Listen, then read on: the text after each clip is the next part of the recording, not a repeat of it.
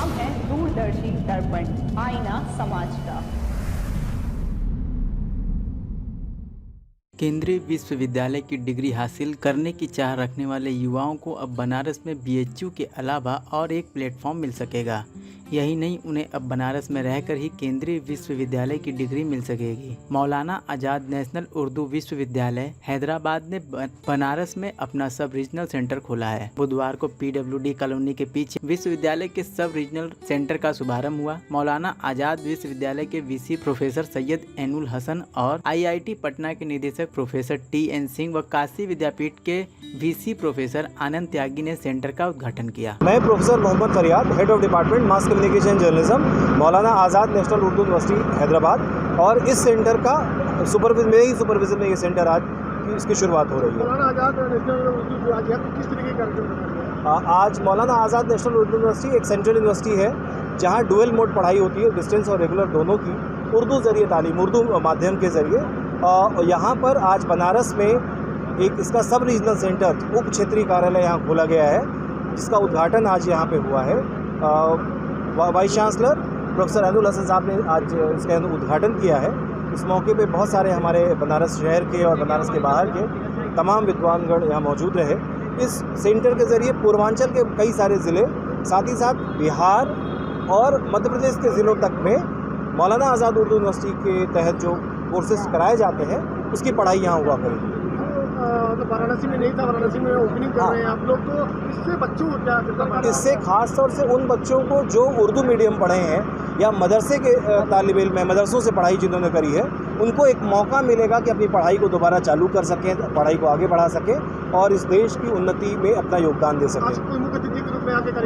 आज कई सारे हमारे आज मेहमानों ने आज हिस्सा लिया। खास तौर से मैं जिक्र करना चाहूँगा प्रोफेसर TN सिंह साहब आज हमारे बीच मुख्य अतिथि के रूप में मौजूद रहे, जो महात्मा गांधी काशी विद्यापीठ के पूर्व वाइस चांसलर हैं और अभी मौजूदा समय में IIT पटना के डायरेक्टर हैं। उनके साथ साथ काशी हिंदू विश्वविद्यालय, महात्मा गांधी काशी विद्यापीठ, बनारस के कई सारे जो बड़े मदरसों और कॉलेज के तमाम विद्वानगण आज मौजूद हैं। CRPF के कमांडेंट, प्रशासनिक अधिकारी, शिक्षक, टीचर्स और स्टूडेंट आज यहाँ जमा है।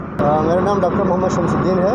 मैं यहाँ पे असिस्टेंट डायरेक्टर के हैसियत से अपॉइंट किया गया हूँ। आज यहाँ पे मौलाना आज़ाद नेशनल उर्दू की तरफ से क्या उनका किस तरीके के कार्यक्रम करते हैं? दरअसल मौलाना आज़ाद नेशनल उर्दू यूनिवर्सिटी एक ऐसी यूनिवर्सिटी है जो पूरे हिंदुस्तान में अपना अलग अलग सेंटर कायम करते हुए तालीम देती है। यहाँ पे बनारस के पूरे पूर्वांचल में कभी तक कोई सेंटर नहीं था, क्योंकि वहाँ के मौजूदा vice chancellor professor Syed Enul Hasan साहब है। उनका ये था कि बनारस जैसी जगह में भी हमें तालीम उससे रोशनास करना है, यहाँ के लोगों को तालीम पहुँचानी है। इस हैसियत से यहाँ पे इलाकाई हैसियत से ये सब रीजनल सेंटर जो मौलाना आज़ाद नेशनल उर्दू यूनिवर्सिटी का उसका क़याम अमल में आया। इसमें फासलाती तालीम या डिस्टेंस मोड में ज़्यादा से ज़्यादा बच्चे तालीम हासिल कर सकेंगे। BA, MA, Hindi, Urdu, English, history, इस तरह से बहुत सारे कोर्सेज़ हैं जो आसानी से बच्चे कर सकते हैं। जो वाइस चांसलर साहब का ख़ास कर ये ख्वाब है कि जो बच्चे या बच्चियाँ उर्दू पढ़ना चाहती हैं, घर से बाहर नहीं निकल सकती, उन तक ज़्यादा से ज़्यादा पहुँचाइए। आपको जो आगे संभालने के लिए कमान मिली उसके लिए क्या करना चाहिए? मेरी कोशिश यही होगी कि वो एरिया, उस जगह के लोग जो नहीं आ सकते हैं उन तक जाएँ, उन्हें हम बताएं कि मौलाना आज़ाद नेशनल यूनिवर्सिटी क्या करती है, क्या कोर्सेज कराती है, कम फीस पे कराती है, आपको जाना भी नहीं पड़ेगा। मेरी पूरी कोशिश यही होगी कि हम उनके घर तक जा करके उनको मोटिवेट करें, ताकि हमारे हिंदुस्तान का जो तालीमी सतह है वो ज़्यादा से ज़्यादा आगे बढ़ सके और हिंदुस्तान की तरक्की में हम एक कंट्रीब्यूशन दे सकें। मौलाना आज़ाद नेशनल उर्दू जो कितने उत्तर प्रदेश में कितने कहाँ अभी तकरीबन हमारा ये 14वां सेंटर है। हमारे सेंटर की बात की है तो कलकत्ता में लखनऊ सेंटर हमारा है, कलकत्ता सेंटर है, कश्मीर है, हर पूरे मुल्क की बात करें तो 13 सेंटर ऑलरेडी है। वाराणसी में ये पहला है कि जो सेंटर यहाँ पे कायम हुआ है पूर्वांचल के हैसियत से। बच्चों को कुछ इससे फायदा मिलेगा? बच्चे, इससे बड़ी बात यह है कि बच्चे कई बार होता है कि वो दूर यूनिवर्सिटी होने की वजह से नहीं जा पाते हैं, तो हम उनके घर तक आ रहे हैं एक तरह से रीजनल हैसियत से।